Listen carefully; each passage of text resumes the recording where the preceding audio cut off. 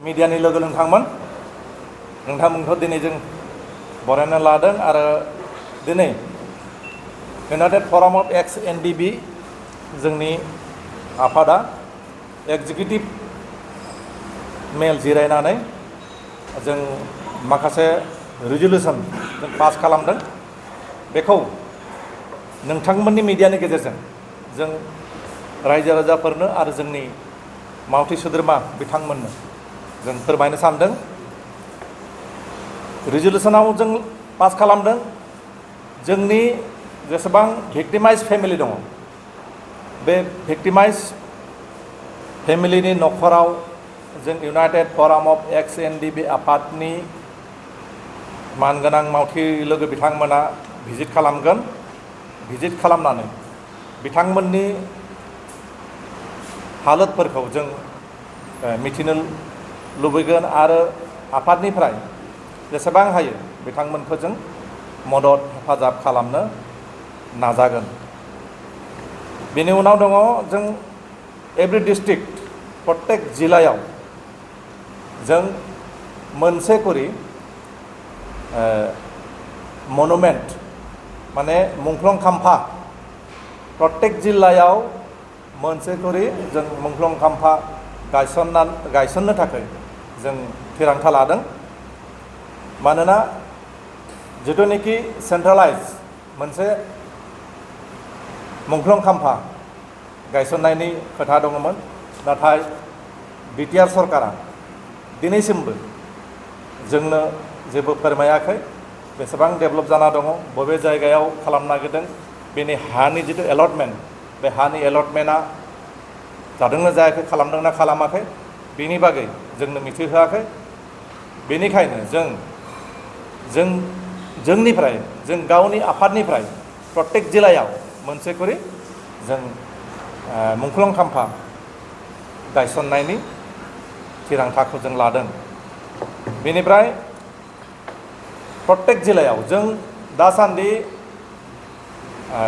संकसनिफ्राय सदियासिम क'क्राझारनिफ्राय up to धेमाजिसिम district कमिटिफोरखौ जों दानानै लाखाबाय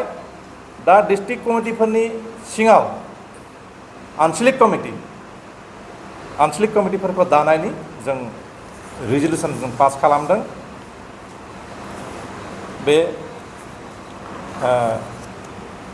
मोनसे जोंनि रिजोल्यूशन जों इउनिमासलि जों बेखौ लादों बेनिफ्राय जोंनि आफादनि सेंग्राफ्रा जोंनि यूनाइटेड फराम अफ एक्स NDB निफ्राय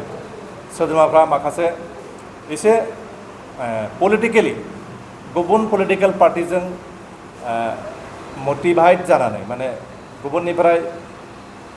मटिभेशन मोननानै माने थांनो नागिरदों गुबुन पलिटिकेल पार्टियाव जइन जानो थाखाय हास्थायनायखौ बा गावसोरनि मतामतखौ प्रकाश खालामनाय बा फोरमायथिनायखौ जों मिथिनो मोनदों बेनिखाय जोंनि आफादनिफ्राय जोंनि सोद्रोमाफोरखौ जों रिक्वेस्ट खालामगोन जों हांख्रायगोन जाहाथे कुनु मोनसे पलिटिकेल पार्टियावनो बाहागो लाया बेयाव थांनानै बै पलिटिकेल पार्टिनि सोद्रोमा हिसाबै जइन जाहैया मानोना जोंनि थांखिया जोंनि एम्स एन्ड अबजेक्टिभ जोंनि आइडियोल'जि प्रिन्सिपला बिदि नङा जों कुनु मोनसे पलिटिकेल पार्टिजों जों लोब्बा लाखिया आरो जों कुनु मोनसे आफादनि बा कुनु मोनसे पार्टिनि बा कुनु मोनसे हान्जानि बा कुनु मोनसे जातिनि धर्मनि कुनु मोनसे माबानि जों बेरेखा नङा आरो रावखौबो जों बुंनोबो थाङा खिन्थु जोंनि सोद्रोमाफ्रा जाहाथे गुबुन राजखान्थि आफादाव थांनानै जइन जाहैया बेनि थाखाय जोंनि सोद्रोमाफोरखौ नोंथांमोननि मीडियानि गेजेरजों गुरै खावलायनाय थाबाय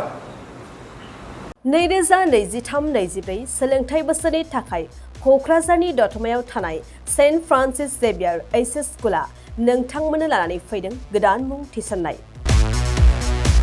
दतमानि बोरसिजरा गामियाव थानाय सेन्ट फ्रान्सिस जेभियार एचएस स्कुलाव दायो आर्ट्स स्ट्रीमाव 11 थाखोनि थाखाय गोदान मुं थिसननाया सोलिगासिनो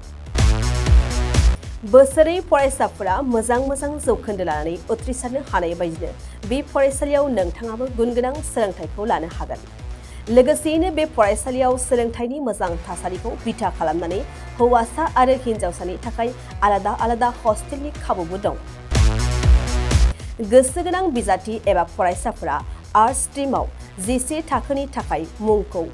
सेन्ट फ्रान्सिस जेभियार एचएस स्कुलाव थिसननो हागोन। मुं थिसननायनि बागै आबुं बाथ्राखौ मिन्थिनोब्ला नैबे मबाइल नाम्बार 7637819350 एबा 6900559217 आव थोंजों सुलाद लानो हागोन।